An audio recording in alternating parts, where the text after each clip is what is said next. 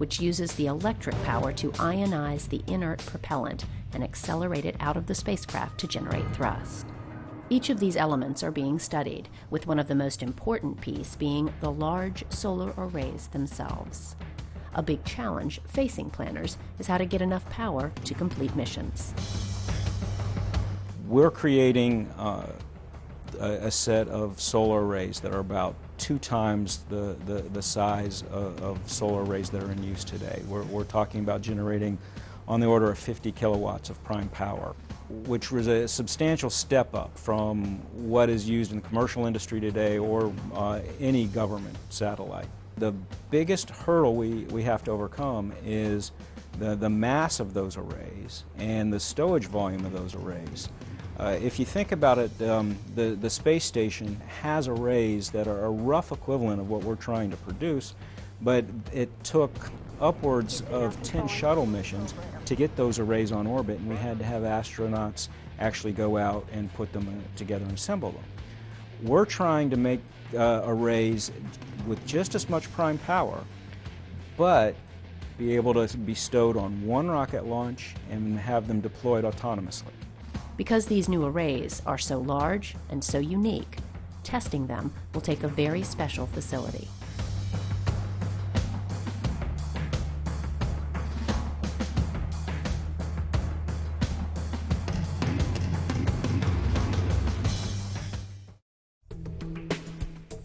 Just outside of Sandusky, Ohio, is one of the most important testing chambers in the world. Called Plumbrook Station, this NASA facility is home to the world's largest space environment simulation chamber. At just over 100 feet wide and 122 feet tall, it is possible for researchers to perform full-scale tests of spaceflight systems in a vacuum and temperature environment ranging from low Earth orbit to deep space and planetary surface conditions. You may have seen this facility before if you saw the first Avengers film. But the real-world applications that NASA is developing here have the potential to be more revolutionary for future space missions than anything Hollywood could think up. NASA's Carolyn Mercer walks us through the facility to explain how next-gen solar arrays will be tested. This is the Space Power Facility at NASA's Plumbrook Station. It is the world's largest vacuum chamber, and we are going to bring one of our solar arrays right in here to determine whether or not it really is going to be able to autonomously deploy in the conditions that simulate space, namely a vacuum and hot and cold temperatures. Just like a tall ship, we have masts that are going to be used to hold our cryo shroud and booms and spreader bars to attach to the vacuum chamber here. The cryo shroud itself is called that because it is going to be cryogenically cooled to get us to minus 60 degrees Celsius and then warmed up to plus 60 degrees Celsius. This cryo shroud is big. It's 40 feet in diameter and 40 feet high, but it's big enough to hold our about 30-foot diameter solar array wings. As Carolyn mentioned, NASA will be testing these new 30-foot solar arrays in this facility. Of course, solar arrays in space are not new, having been used for decades to power spacecraft. But if we are to move past low Earth orbit and into deeper space, new technologies like improved solar arrays will need to come online. Solar arrays are flying right now. Commercial satellites are flying solar arrays. And the International Space Station flies solar arrays as well. For comparison, the new arrays that we're building right now are going to be about 20 kilowatts of power. They'll provide about 20 kilowatts of electrical power. And they're about 100 meters squared in size.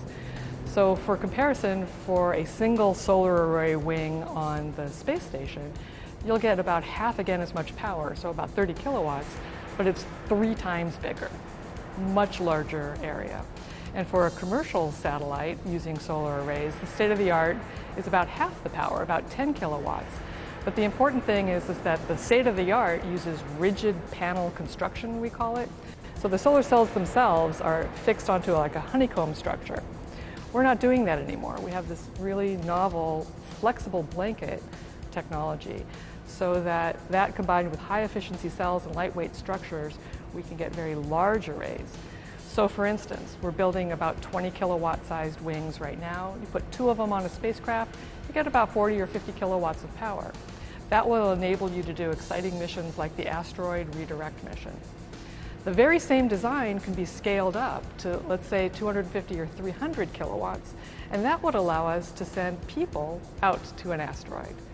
And then the same technology can be scaled up yet again to maybe 800 kilowatts, and we can send people to Mars. So I'm really excited about this technology because it is the stepping stone for how we're going to explore space differently. And this matters a lot because solar electric propulsion, for which these wings are, we're developing, it's a much more economical way to explore deep space with people. The solar arrays address the solar and electric part of SEP. But what about the propulsion? Here at NASA Glenn, researchers are working on new thrusters that will work in concert with the arrays to power these new devices. Thrusters like these use the electricity captured by the arrays to ionize the fuel, which in this case is xenon, to produce the thrust that pushes the craft forward. Although this technology has been around for decades, the more than 200 satellites already using them only have very small thrusters. NASA needs much larger devices to move us further into space, so there is a big push to build these devices. Here we have a 12 kilowatt Hall thruster. Hall thruster technology is also being invested in by Game Changing to provide high fuel efficiency, higher power, higher thrust capabilities for in-space propulsion. So this is about the same size as the thruster that's being developed within the Space Technology Mission Directorate, a little bit larger in size. The improvements that we're trying to make by studying these devices is increasing lifetime, an order of magnitude, increasing power, and increasing the exhaust velocity of the ions. That exhaust velocity is a higher specific impulse, and it provides better fuel economy essentially. And what we're trying to do here under the Game Changing is really push on 3 critical areas.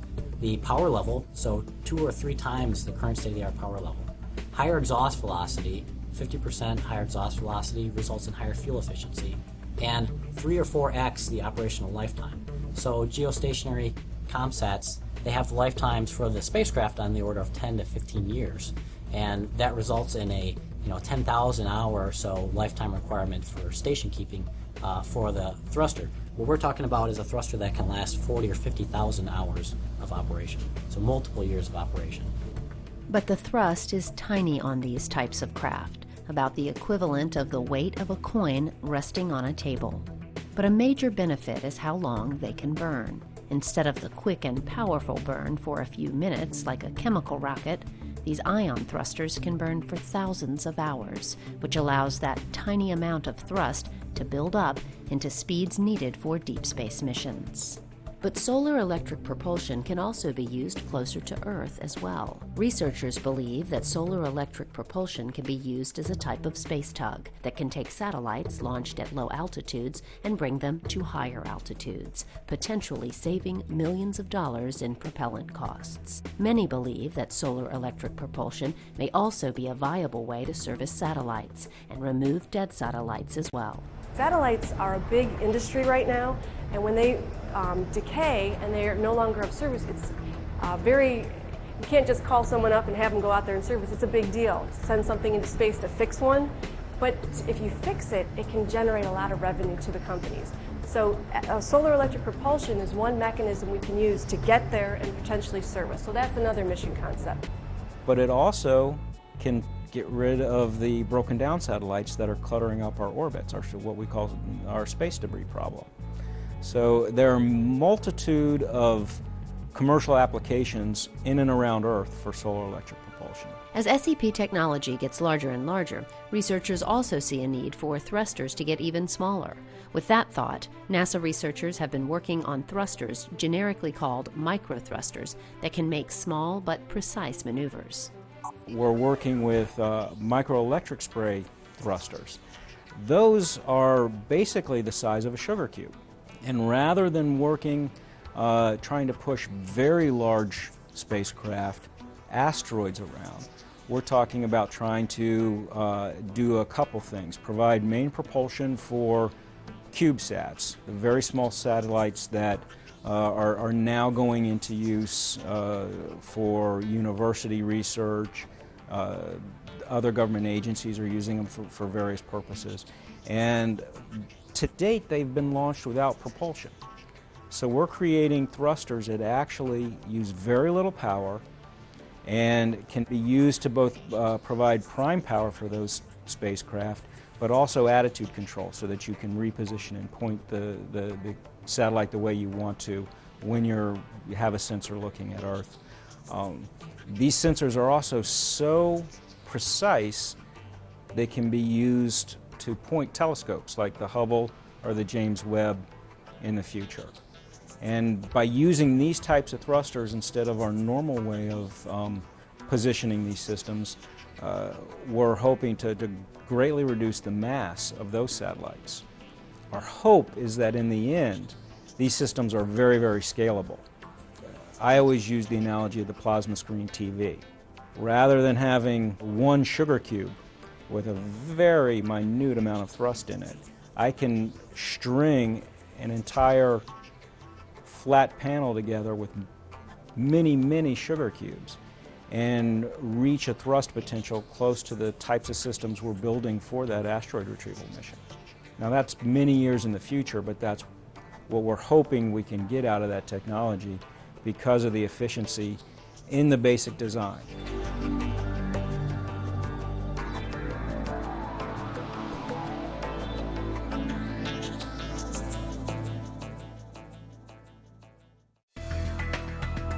So far, we've seen really innovative designs for spacecraft solar arrays and thrusters. Another component that needs to be addressed for space missions is battery life and advanced fuel cell technology. Here at NASA Glenn, teams of researchers are working on next-generation batteries and fuel cells for the Advanced Space Power Systems project. The hope is that the work they are doing will revolutionize the types of batteries and fuel cells that are currently being used for space missions.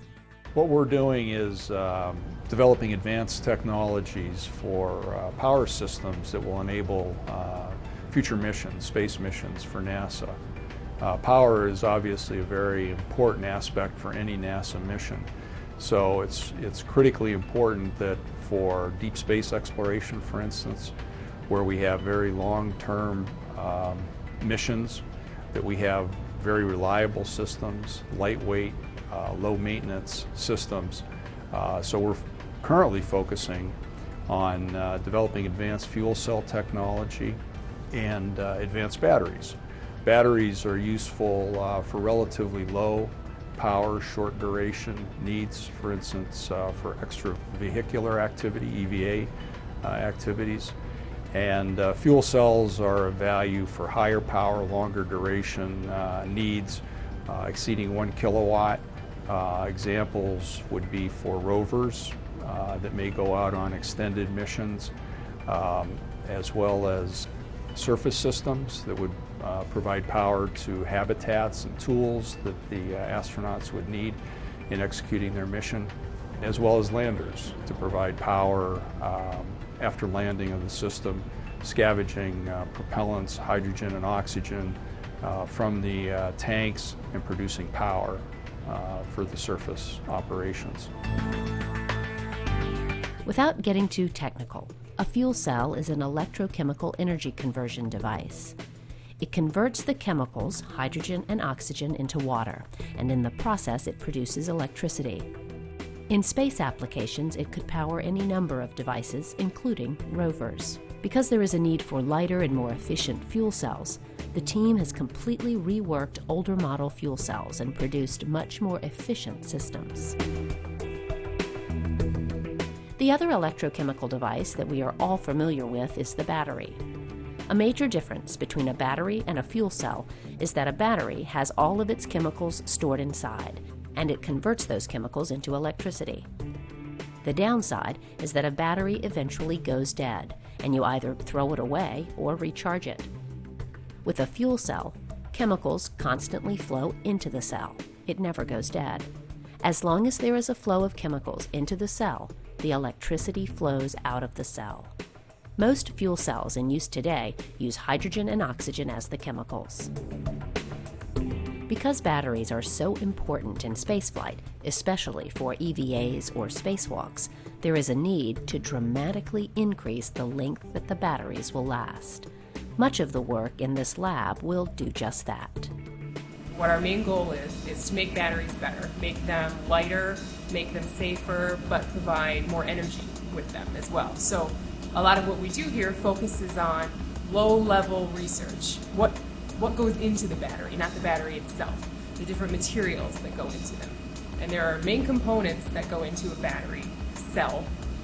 There's an anode, a cathode, each of them made of a different material. There's a separator, and there's an electrolyte.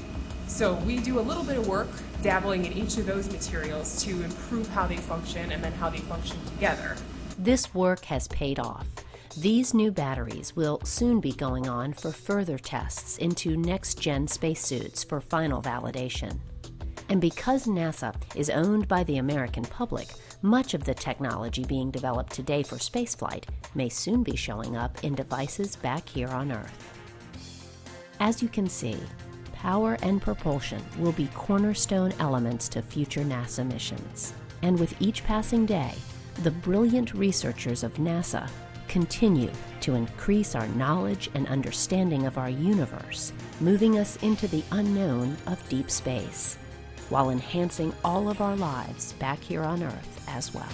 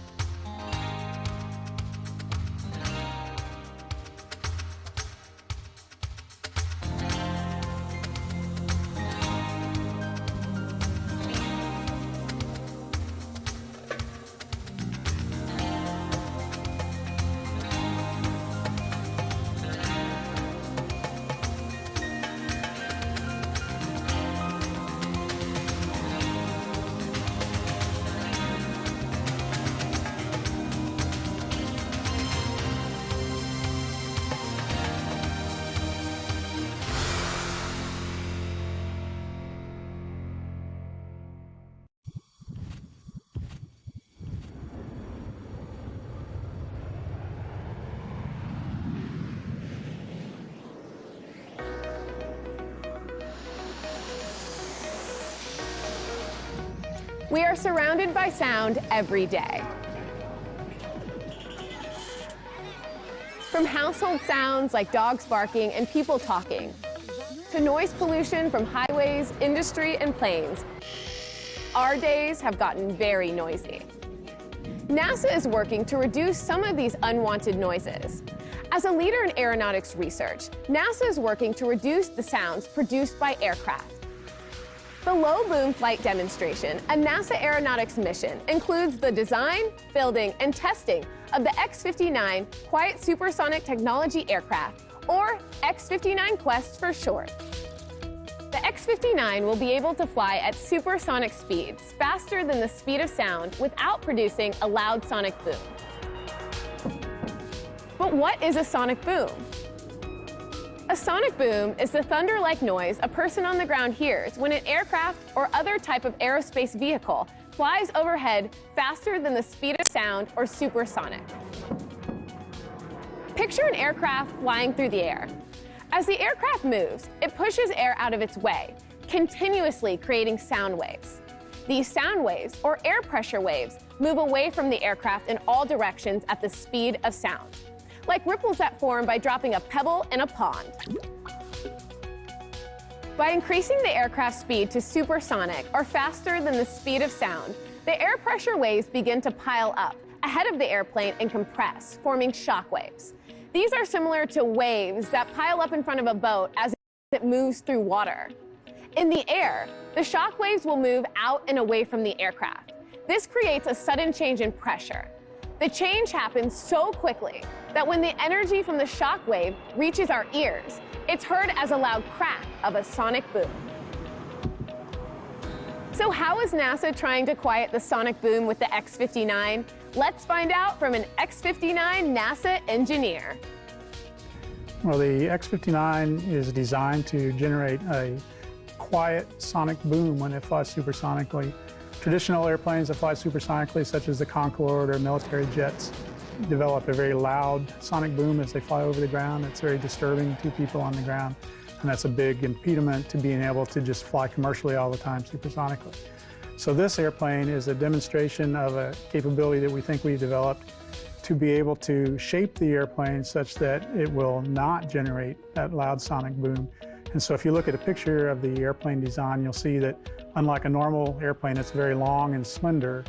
And the reason for that is to be able to shape the volume distribution and the lift distribution over the airplane in such a way that the shocks don't all coalesce into very strong front and rear shocks that make that loud sonic boom. The airplane is designed to fly at a higher altitude for a number of reasons, one of which is the distance away from the ground reduces the noise from the sonic booms. So higher, farther away, it would be quieter. The other is, of course, that the airplane is designed such that the lift distribution over the airplane is what we need at a given angle of attack. And the angle of attack is the wind angle going into the airplane, how it touches the airplane. And so to get that angle correctly at the Mach number we want to fly at, puts you up at 55,000 feet, mid-50s. So the biggest challenge historically has been just in the capability of being able to analyze how the airplane is going to act. We've recently developed the tools to be able to predict how the sonic boom will be produced on the airplane and to be able to trace that to features on the airplane. And then that allows us to design the airplane like you see in the picture, the long, slender airplane that then develops the quiet sonic boom. Thank you for watching, and don't forget to watch our next video about NASA's long history with supersonic flight.